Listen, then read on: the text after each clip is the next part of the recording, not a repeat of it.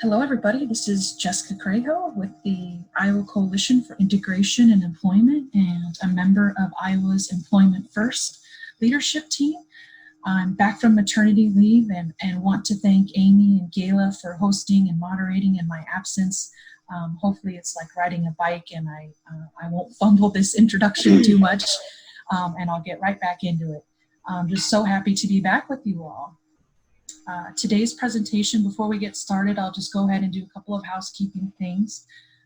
We will, of course, be recording today's webinar, and we'll be sure to share that along with the additional materials, including the presentation and resources after the webinar, and we'll send that out through the mailing list. Let me draw your attention to a couple things. In the chat box, you will find the link to today's presentation. That's the Google Doc link. You can go ahead and pull that up if you want to. If you need closed captioning for today in order to participate, that closed captioning link is also there. You just click on that and that live stream text will be provided to you. Again, we'll be recording and we'll send everything out. There's also a link there for evaluation of today's webinar. I'll try to pull that up again at the end and share that with you, but you can also click on that. It'll open up in a separate window and we'll be ready for you. We always appreciate your feedback, and it always helps us as we shape and form our next topics and topics in the years ahead. If you are not a member of the mailing list for the Iowa Community of Practice and or the Iowa Coalition for Integration and Employment, please just let us know. We'd be happy to add you. I'm going to share my email in the chat here once we get going. Just shoot me an email and let me know that you would like to be a member of that mailing list. If you registered for today's webinar, I'm going to go ahead and try to pull all those names that registered and make sure I have them. So hopefully if you've registered and attended today, you'll get the materials. But if for some reason you don't see those come across your inbox, again, just shoot me an email and I'll be sure to share that in the chat pod. I'm going to ask that everybody keep themselves muted and cameras off, if at all possible, just to kind of avoid any technical difficulties, audio issues, or maybe seeing something that we don't want to see, right, in the time of Zoom and COVID, right, all of us home and working. So just keep everything off. But if you have any questions, comments, concerns, just share them in the chat, and I'll be sure to field those for you and share them with our presenters as well. Hopefully I haven't missed anything, but I'll circle back around at the end. We always want to thank Iowa Vocational Rehabilitation Services and the Iowa Developmental Disabilities Council for their continued leadership and partnership and investment in the Iowa community of practice, along with us at the Iowa Coalition for Integration and Employment. So thank you, thank you. So without further ado, I'm going to get us started on our presentation today. We've got students, transition and collaboration, a framework for success, and we have some of the best in our state here today to help present our resident experts and collaborators du jour. Kirsten Lane, she's the Secondary Transition Program Facilitator with the Iowa Department of Education. We've got the lovely Mary Jackson from IVRS, Transition Resource Manager, and our very favorite Amy Dessenberg-Wines, Director of the Iowa Coalition for Integration and Employment. So ladies, take it away. Thank you, Jess. Thank you so much. Good afternoon, everybody. We're delighted to join you this afternoon to talk about students and transition and collaboration.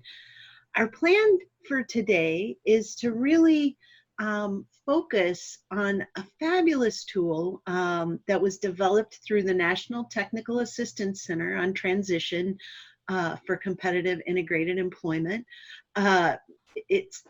It's often referred to as NTACT, the National Technical Assistance Center on Transition, and they developed a toolkit that we think has a lot of really valuable information and resources for diverse stakeholders. So we're going to reference that as we go through today's presentation.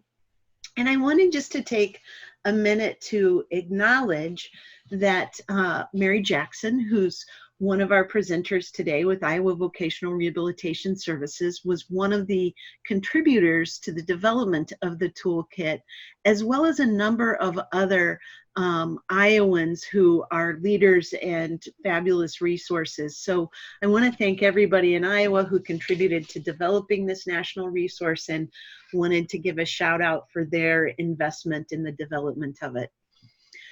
As we go through this, we're going to highlight some things in the toolkit, but we're also going to try to really bring in an Iowa lens for what that means in application in Iowa and what we're doing here. And the other thing that we're going to do towards the end of the presentation is we understand that right now is really a different time for everybody, and the way we approach our work looks a little differently. So we wanted to share a number of different resources that we thought would serve you right now as we're all doing virtual work. So I want to talk a little bit about the toolkit. Mary, can you go to the next slide, please? Thank you. With the toolkit, one of the things that we see as really advantageous is the fact that NTACT, in all their work, really tries to highlight the practices that they're referencing in the work.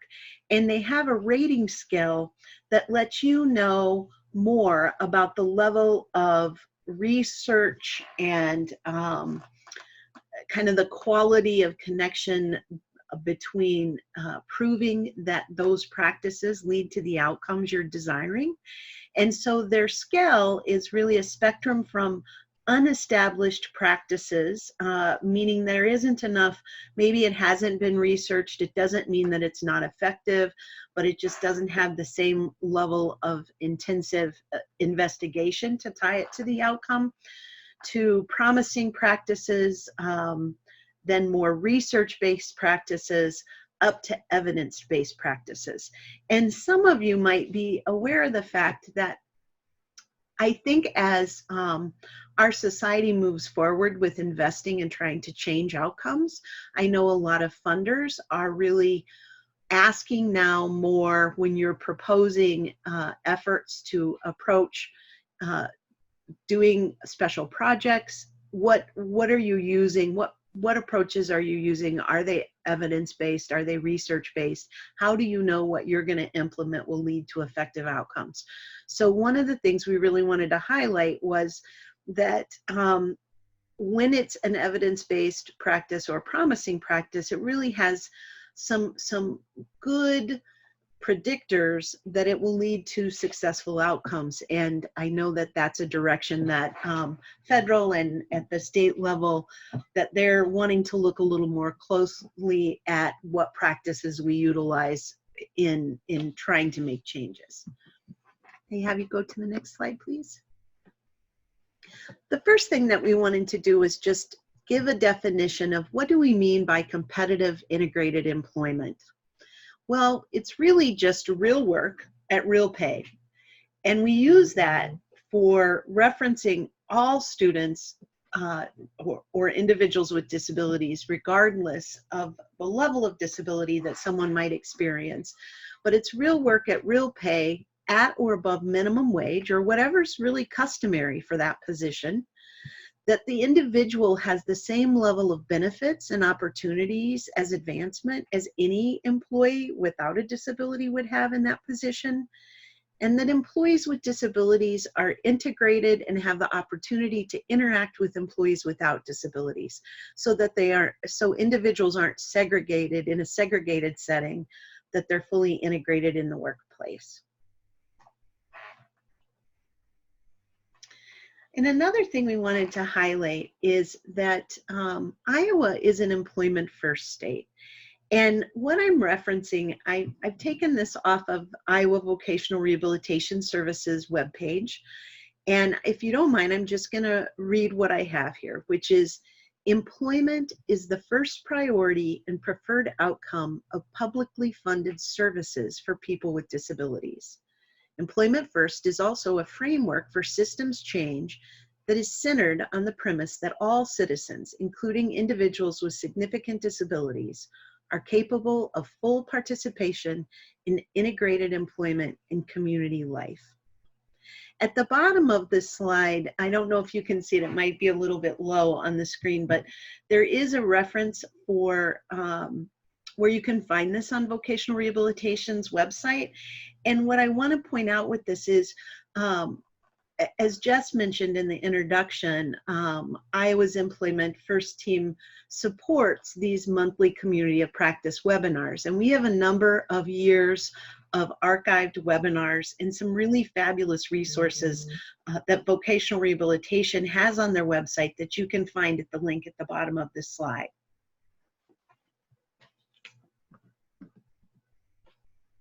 Now I'm going to hand it over to Kirsten. All righty, thanks, Amy. So from the educational side of things, I think it's really important to note that from the educational lens, we really are focused on outcomes. Graduation rates are really important, and they're a part of the picture for sure, but not the end goal. The DE vision is listed there on the slide, and it's focused on preparation for post-school outcomes, as is IDEA, the Individuals with Disabilities Education Act, which is the legislation that governs all of our work around special education. We monitor and use our outcome data to guide our work at the state and local levels. So there's a part of IDEA called Indicator 14 that that monitors the outcomes related to employment and education post-high school. So we really look at how many of our students are engaged in work or in further education 1 year out of high school. But this is work that we don't do by ourselves. And one of our partners that we work really closely with are our partners at Voc Rehab. And we have a MOA, or Memorandum of Agreement, with the Department of Education and Iowa Vocational Rehabilitation Services. And the current MOA that was just revised this fall was developed using the NTACT checklist that is a part of this toolkit. Within that MOA, we talk about the presumption that an expectation that all students can work. And that's where we start when we're planning with students, is looking at what we look at: living, learning, and working post-secondary expectations. So where do we expect to see this particular student as a part of the IEP team post-high school in living, learning, and working? And for all students, we start with that employment first kind of mindset that everyone can work. If for some reason there is a student where employment is not a part of their outcome, there are some guidelines within the MOA under the Section 511 part that help guide us around the process that we should follow. But starting with work is where we always begin the process.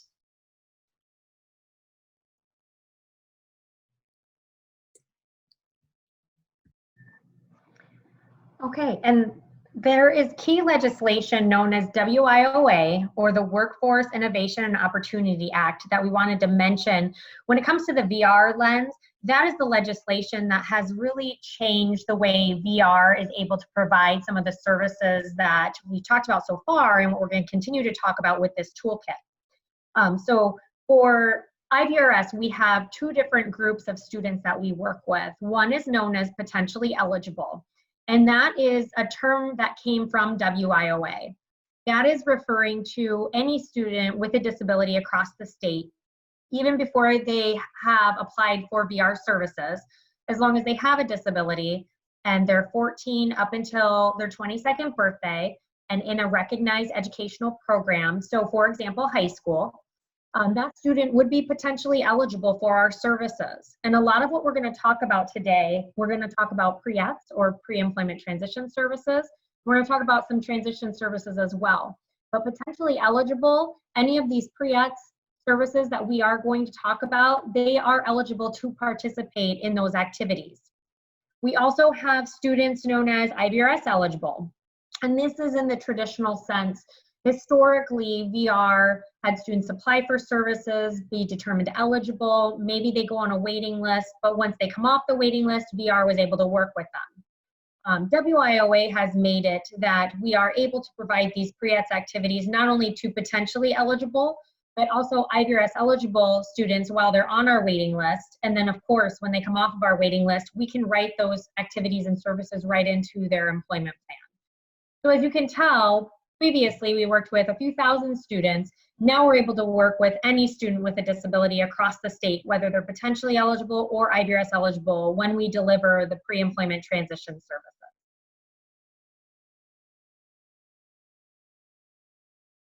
And that leads us to the next section of the toolkit, which is going to cover transition services. So Kirsten, I will hand that back over to you.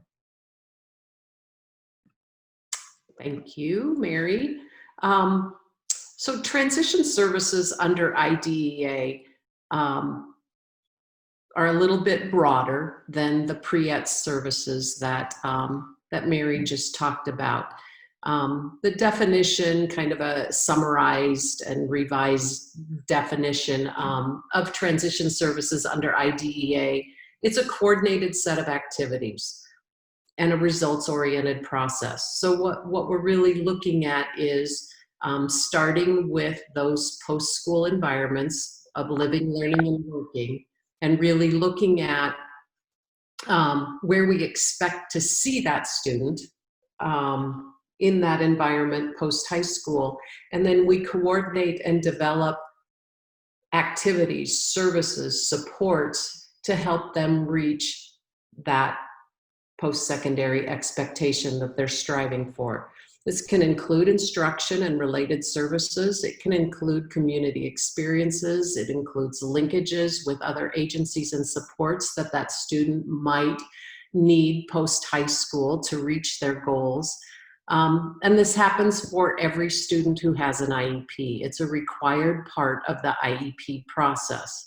It's more broad than the pre-ETS services, which really focus just on the employment side of things, because we also look at living, adult living and learning kinds of environments too. But the work that we do under transition services can include pre-ETS services too. It's really shared responsibility between Voc Rehab and the local school.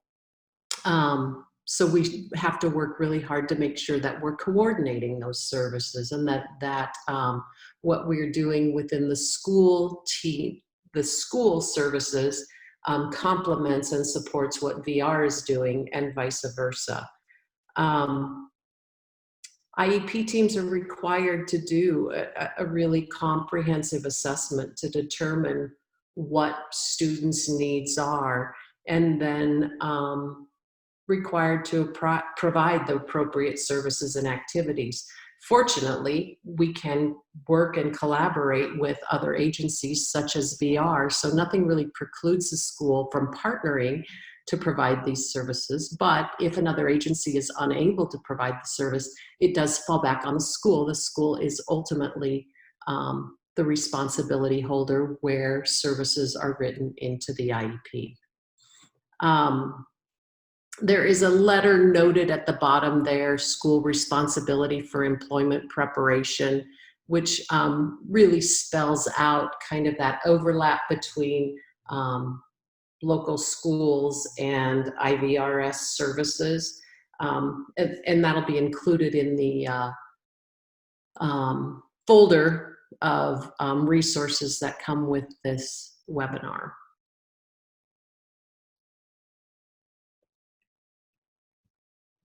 I think, is there anything else you would add about that, Mary? I don't think so. Not that you already talked about, Kirsten. Okay. All right. Well, let's take a look at the toolkit then. Sounds good. And it is linked right in our PowerPoint, but I am actually going to pull this up now. For those of you who are not familiar with the NTACT website, if you actually go to the website under resources, there is a link just for toolkit. So they have more than just the CIE or the Competitive Integrated Employment Toolkit that we're going to talk about today. But this one is listed right there under their resources page. I'm going to pull it up. So this is the toolkit itself. Like Amy was saying in the beginning, NTACT published this work, but it was a whole team of individuals that actually contributed to getting this developed. And I am going to try not to scroll and make you guys all sick. And I'm going to just jump to page 10. So this is where I wanted to spell out the 5 pre-ETS required activity areas. So we talked about pre-ETS before, but this is the section where it's going to start explaining, especially for people who are not as familiar with pre-ETS, it's going to break out job exploration counseling, work-based learning experiences, counseling on opportunities, workplace readiness training, and instruction and self-advocacy. And so as I scroll down here, you're going to see, I'm not going to go through each of these because we really want to encourage you guys to actually go to the toolkit to read through this. But if you're not as familiar, it's going to give you a description of what that activity area is all about. For example, you can see right now job exploration counseling. And as you scroll down, they're actually going to give you examples of what some of these activities may be. So this could include things like career speakers. There could be different career assessments being provided, job shadowing activities, informational interviews, interest and ability inventories. And this again gives you a description of what each of these activities would be like under each of the 5 required activity areas. So for those of you who are from VR on here, obviously we're pretty familiar with this, but this is especially important for those stakeholders or those partners who aren't as familiar as to what these activities mean and what these services could entail. And this is not an all-inclusive list, so keep that in mind as I'm scrolling through this. This is not all-inclusive. So there's many more activities that have been developed under each of these 5 required activity areas that could be listed here, but obviously there's only so much room in the toolkit for this. But these, you'll see later on, are tied to the evidence-based practices that NTACT included in here. Again, without scrolling, I'm gonna go to the next section. And this is really highlighting what Amy was talking about in the beginning. So the reason that this toolkit is unique to some of the other ones that you have seen is NTACT developed this to assist stakeholders in implementing the evidence-based and promising practices that Amy talked about in the very beginning. It's really to promote using predictors that promote positive post-school outcomes for all students with disabilities. And so the chart that I'm about to show you, it has effective practices and predictors that have been identified based on actual research. And they're labeled as either evidence-based, research-based, or promising practices. I know Amy had mentioned the unestablished practices. Well, there's a lot of those occurring and there's some great practices out there. NTACT did not include that in here because they weren't research-based. And that doesn't mean that they're not good practices. It just means there's not enough research yet to include this in the toolkit. So over time, I know NTACT has been updating this. So hopefully as those practices become research-based, they'll be added into this toolkit. But just to scroll down again, for example, I'm going to click in on here under job exploration counseling, for example. Promising practice is listed here. And if you click on the link, it's going to pop up the information that NTACT and the team had put together on all the research around career awareness or career exploration services. It's going to, in each of these, I'm not going to go through each of these links, but if you click on it and you wanted to know more about the research behind why this was included, all of this is here. They're talking about the level of evidence that was available, what is the practice, so what is that all about, where career exploration services, what the emphasis is on, what's the best place to find out how to do this practice, and again, some additional resources in here, and then the references that were used to establish this as being evidence-based. So we know that there's a lot of focus right now on delivering evidence-based or research-based practices, and so this will give you guys the information under this area as to why this was considered and what tools and evidence and research was utilized to determine that this is considered an evidence-based practice.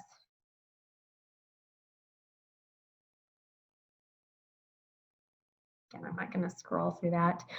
Same with predictors. So on this side, this is going to tell you why it's considered a predictor that promotes the positive post-school outcomes for all students with disabilities. Again, it's just going to go through what's the level of evidence, what's the predictor, maybe some of the essential characteristics of that, and then the best place on how to do this type of practice. And again, additional resources in here. Also going to end with those references that they use to determine it was an evidence-based practice.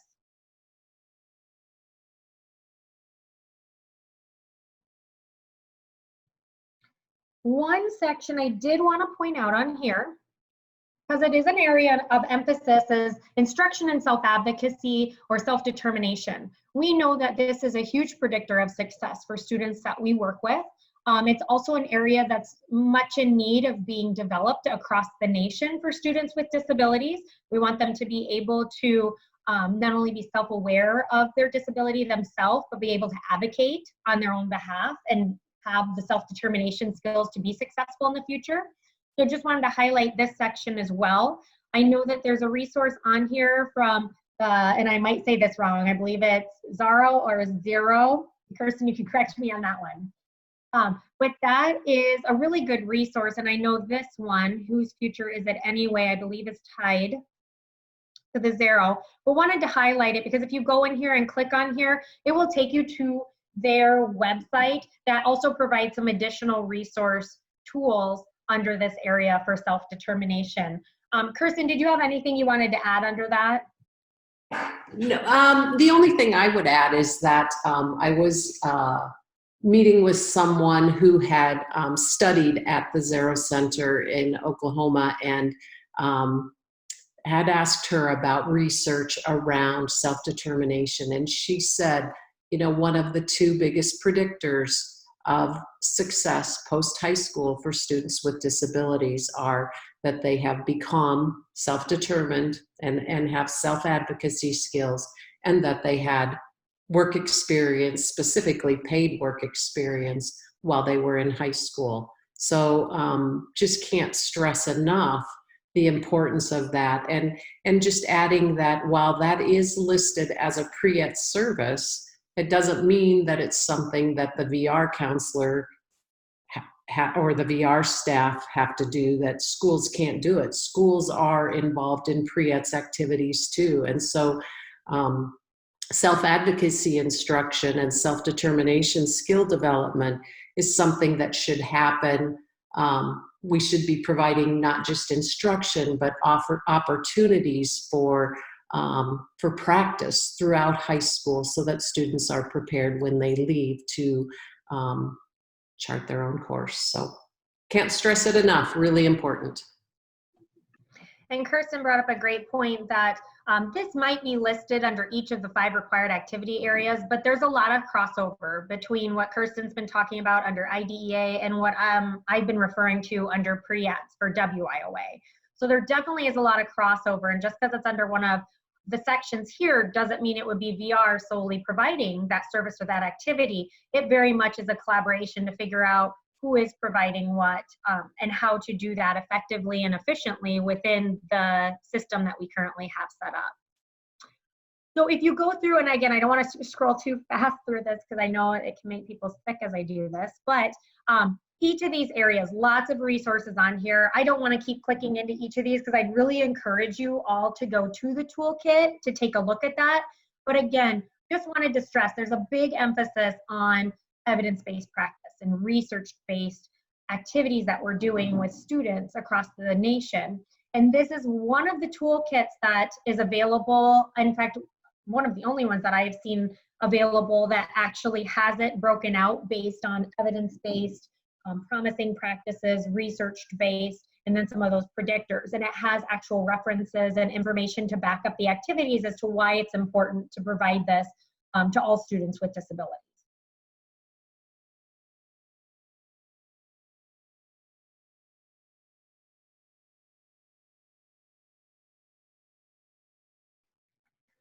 So the next section of the toolkit is talking about interagency collaboration. I know Amy added on that wonderful quote there that all of you can read through. But this section of the toolkit is breaking out different collaborative activities that can occur at different levels. And how the toolkit has it broken out is we've got some state level activities that could be occurring. We have community level, we have school level, and we have student level. And while the toolkit is great in explaining each of those, we wanted to use our time today to really bring it down to the Iowa focus to let you guys know what's happening within the state of Iowa. So if you're interested in understanding what each of those levels are, I would definitely encourage you to go back into that toolkit and read through that. But we're going to talk about some of the state level activities to start with that are occurring in Iowa when it comes to collaborative activities. Kirsten had already mentioned it, and I know it's linked in the presentation, the Memorandum of Agreement, or the MOA, between IVRS and DE. That is available. That actually, Kirsten and I had developed that. That is from a tool that's part of the toolkit under the state level. They offer interagency agreements, how to go through the information, determine who's doing what information to include. That tool we actually used when we amended our MOA for this upcoming year. And that's how we included the Section 511 information, and some of the other new information that was added in was from that tool. We didn't realize actually that we didn't have that in there. And so that was just one state level tool that the toolkit has that we did use to get that document updated. We also have various collaborative teams across the state. I know we're excited. We have a new team that's getting started that Kirsten and I are both a part of. We have some other representatives from CTE. We have the Iowa Department for the Blind. Kirsten, am I missing somebody? I feel like there's another one. There are two CTE folks. That's okay. So, yeah. Yep. And so we're coming together to take a look at our system overall and identify some goals and objectives and different things that we need to do to move forward, maybe to make some changes within our system so that that collaboration is more streamlined. And we're using actually NTACT as our resource to help us with some of those things.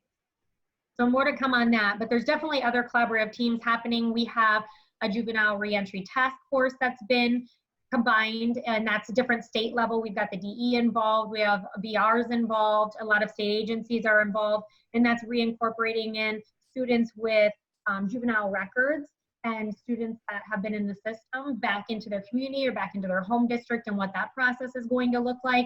So we have lots of activities that are occurring. We also have joint trainings that have been developed. I know, unfortunately, we had a joint training that was supposed to happen in May and June, but obviously we had to cancel that, and it will be rescheduled, and that was around the local school plans.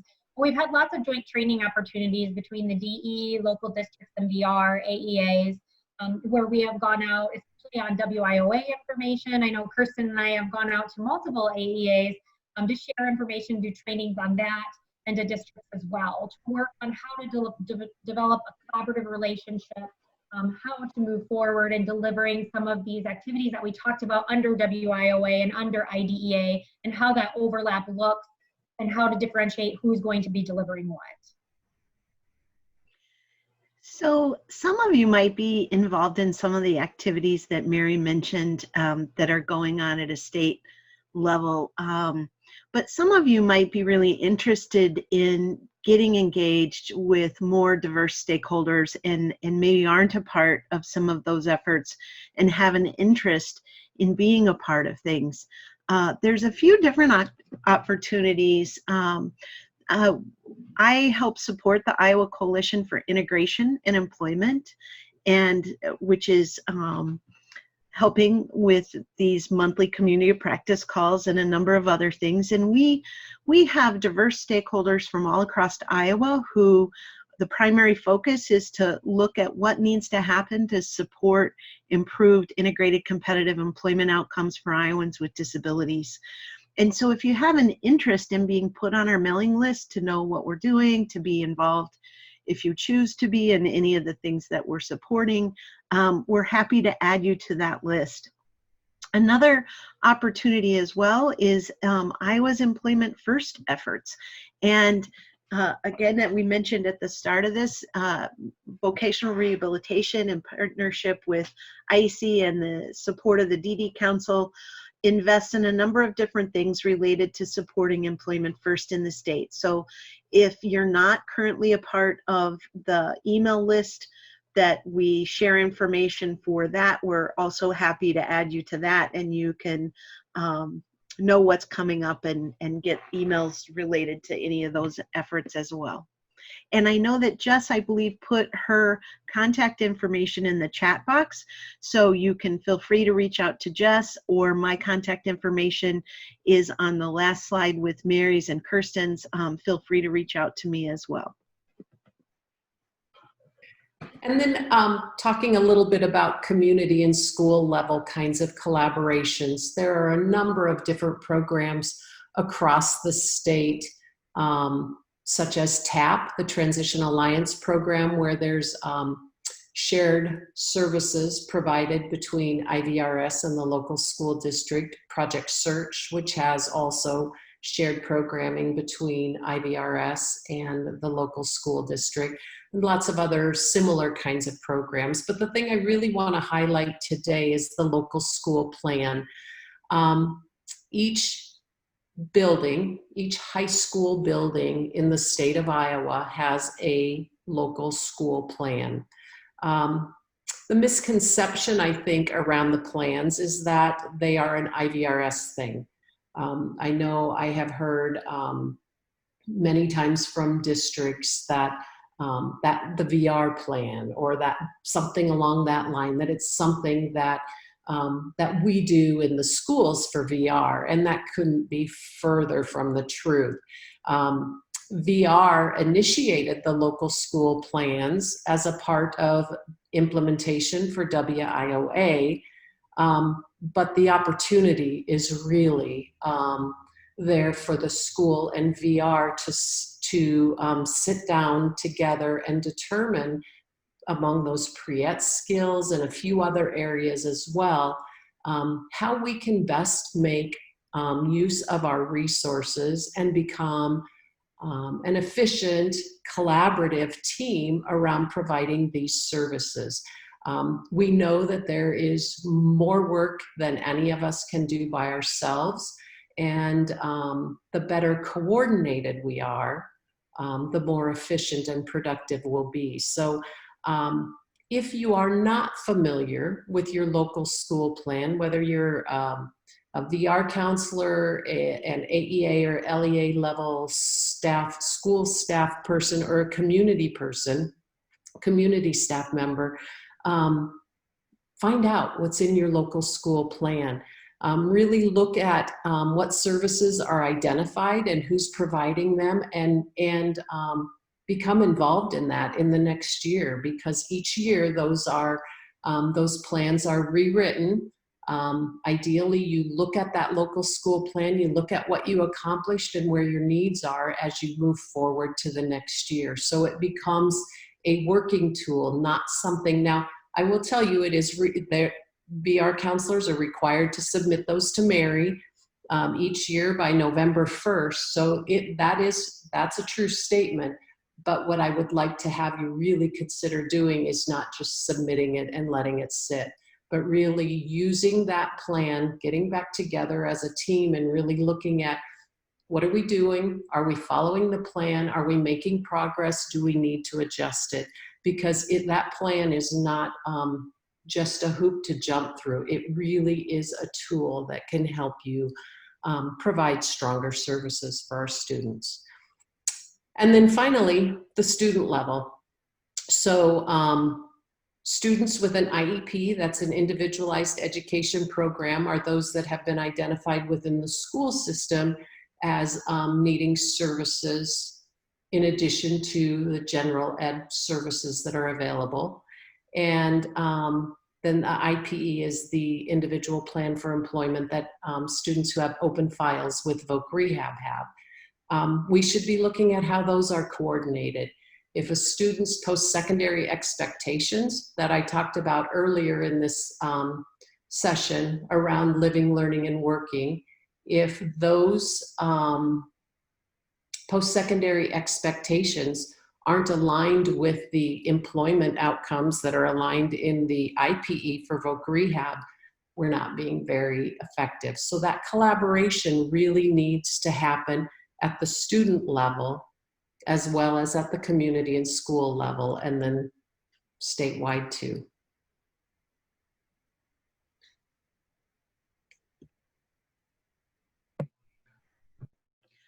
So the fourth section of the toolkit is professional development. We're not going to spend a lot of time on it, but we did want to highlight it, and we're hoping that you'll go back and take a closer look if you're interested. One of the things I neglected to mention earlier was that when NTACT developed this toolkit, the primary focus was that it was to be used by educational and vocational rehabilitation agencies to improve post-school employment outcomes for students with disabilities.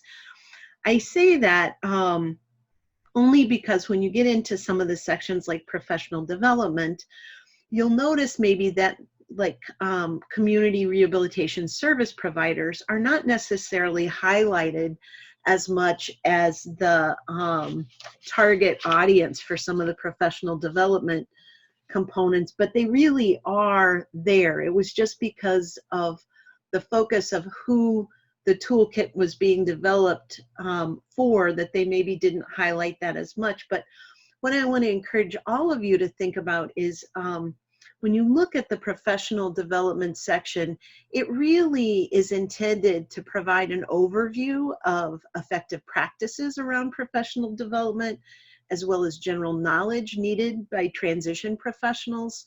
And there's some additional guidance around roles and specific knowledge that folks need to perform those roles.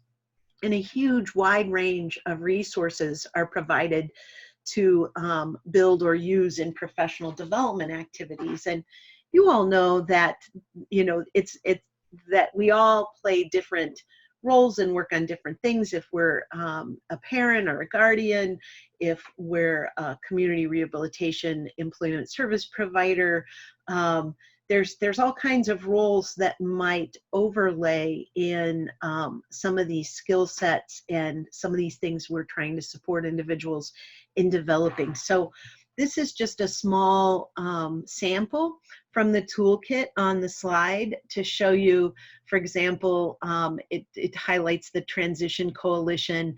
It lists some potential audience members, but again, that's where I recommend you look at that more broadly and tie into what the focus of that resource provides. And it goes through and it does this in a number of areas. So I just encourage you to take a look at that section.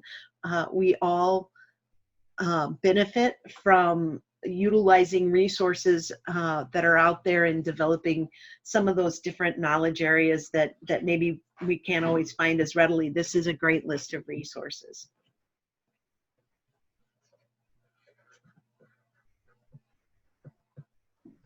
And so we do have some local resources or resources from Iowa. Like we've talked about a lot, the NTACT toolkit is great and it's nationwide and can be utilized by anyone. But there has been some local information that has been developed that we did want to share with everyone.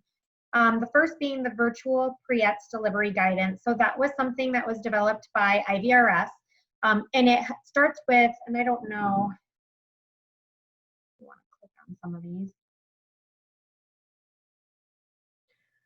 So just so everyone knows, obviously in response to COVID-19, this was developed, but this is actually guidance that's going to be used going forward. We found some really creative ways to reach out and connect with students virtually. So while this was in response to COVID-19, it's something that our agency does plan to continue moving forward in delivering pre-ETS, not only in the classroom, but also virtually for students.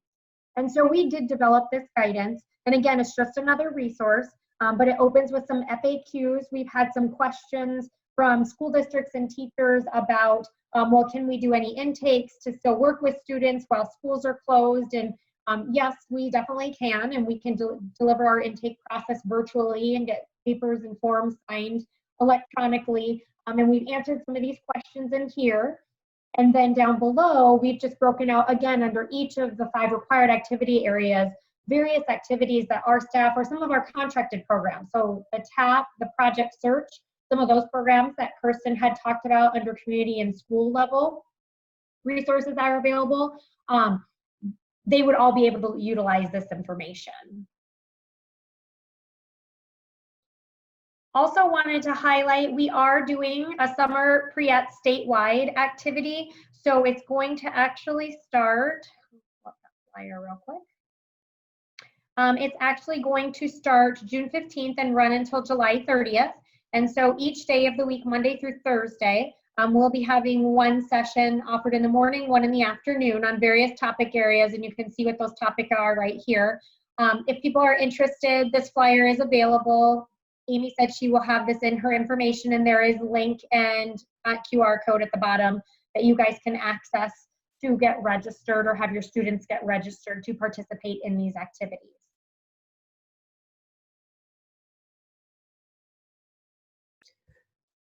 I also wanted to share the Department of Education's COVID-19 guidance and resources. There are, when you go to the DE website, which is educateiowa.gov, the very front page is the beginning of our guidance around COVID-19. And if you scroll down a little bit, we won't go into all of the details, but just so you can see the broad kinds, oops, up a little bit, sorry, Mary. Right here, resources for families and educators.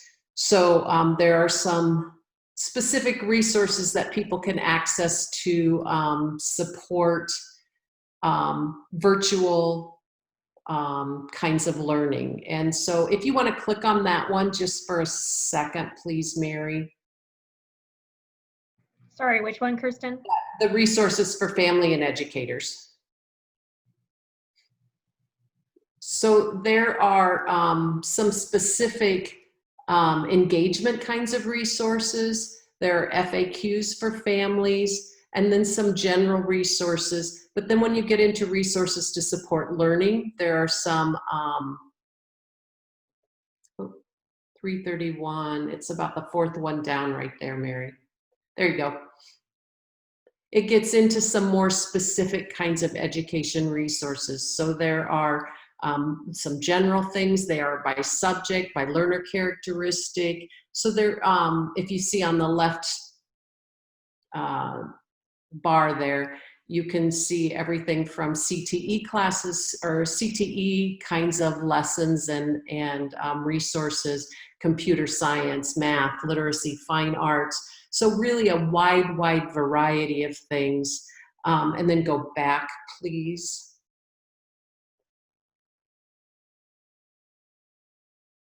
And then there are also things like school meals and community college resources, and so way more than probably any of us could ever use, but really broken down nicely to be able to access what you need.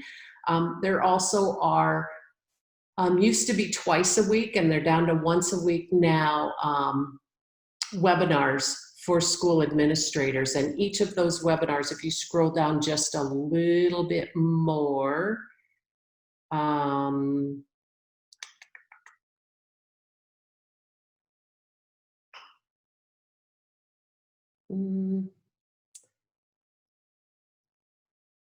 there we go. Oh, webinar and recordings right there.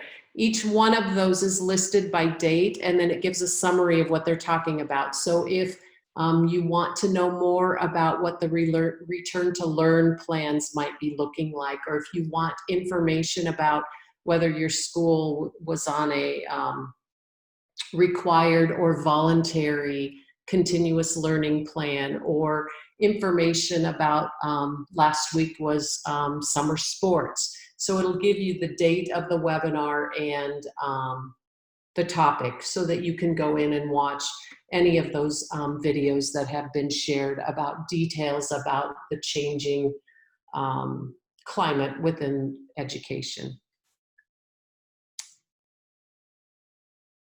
And then NTACT also has a COVID-19 resources page, if you want to click on that. And again, it's just right at the top of their page that you can see it says find out about transition resources during COVID-19. You click on that. All kinds of variety of different supports, services, resources, and tools that you could use with students related to transition during the COVID-19 outbreak. So lots and lots of different resources there.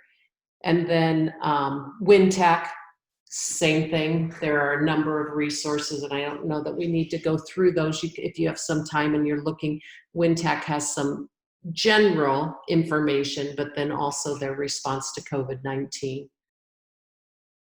And then the final thing is the Griffin-Hammes virtual. And Amy, if you want to talk a little bit about that. Sure. I was just on an Employment First leadership team meeting on Friday, and Ashley Lance and Jessica Crejo, who work with Griffin-Hammes, shared that they had developed a couple of virtual tools that might be of use to a wide variety of folks. And one is on virtual customized job development service delivery and guidance, and the other is virtual discovery service delivery guidance. And I believe there's also some different webinars that they're posting. So there's a link to just the general Griffin-Hammes Associates page, and then each of those documents are also linked if you'd like to just jump to those to get some recommendations from really the real experts in providing this service and how to do it in a little different way right now.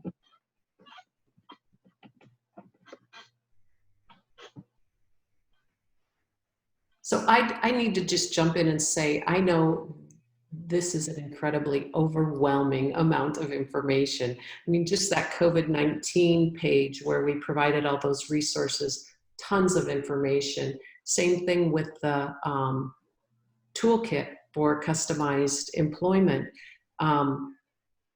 It's overwhelming because there is so much good information. And I think what we were really hoping by breaking it down and sharing little bits and pieces of it is that you can see that you don't have to jump in and use the whole toolkit. You can go in and find just a piece that you could begin to use, find a resource that you could begin to tap into to get started with it. Because if you look at it as a whole, it is incredibly overwhelming. So we're hoping that we were able to provide that kind of a link for you, and we've saved a little bit of time for questions. Thank you, ladies. We'll see if any questions come in here. I haven't received any yet. Tons of great information today.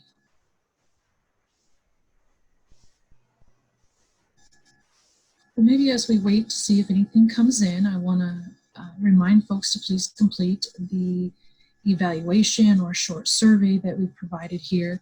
It's just 3 simple questions. We really appreciate your feedback. And again, it kind of helps us shape as we move forward and plan. That being said, we originally in June 16th, we were going to present on registered apprenticeship, but in light of the current circumstances and demand for some support, we're going to offer a webinar related to virtual job supports and virtual job development. And we're going to invite a number of our partners to come and kind of present on what they've been doing, and again, share on some of these resources more in depth, and talk more about connecting with and supporting job seekers and families as they continue their job pursuits during COVID-19. So we encourage you to join us again on June 16th for that. Again, we want to be responsive, and we know a lot of folks are working from home and working in different ways.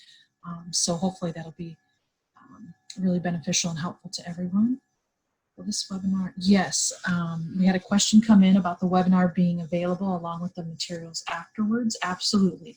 We'll share the recording along with the presentation and additional materials. We'll send that out through the mailing list. So if you're not on the mailing list, please send your email to me at jess, I'm going to type as I say this, at gmail.com. You send that to me, I'll get you added to the mailing list. I'll also try to cross-reference our registration list as well, and hopefully I'll catch everybody. But if you don't see it land on your desk, don't hesitate to reach out to me, Amy, Kirsten, Mary, or any of your colleagues, and we'll make sure to be connected and get that shared back. I don't see any questions coming in, but again, I'll remind folks to join us again June 16th. We'll share the resources after the webinar. Probably see that by week's end. Again, we want to thank IVRS and the DD Council for their continued investment in collaboration with ICE on the Iowa Community of Practice. We want to thank you all for joining us. We'd love to see your names and sometimes your faces when it shows up, right? So we're really grateful that you came today and showed up today, and we hope to see you again in June. Kirsten, Mary, Amy, thank you so much for a great presentation and perfect tools and resources as we kind of embark on the summer here, right? And a new school year unknown. Some great stuff to have. I think I might have left out, if you would like a certificate of attendance or participation for attending today's webinar, you can email me. This is Jessica Crejo, and you email me at thepruittjess@gmail.com, and I'll be sure to get you a certificate of attendance as well for today's webinar. If you need to check out any of the archives, as Amy mentioned, that's on the IVRS website under their Employment First tab. Let's see if I can pull that for you again here in the chat. But again, if you just go to the IVRS website, and I believe if you click on Partners and Employment First, you will find that webinar archive. All right, well, I think we'll just go ahead and wrap up today and end today's webinar. Again, thanks, Kirsten, Mary, Amy. Thank you so much. Thanks for everybody for joining us. And if you have any questions or need any support, please reach out to us. Everybody take care, and we'll see you June 16th at 1 p.m. Thank you. Thank you, Jess. Thank you, Mary and Kirsten. Really appreciate your help.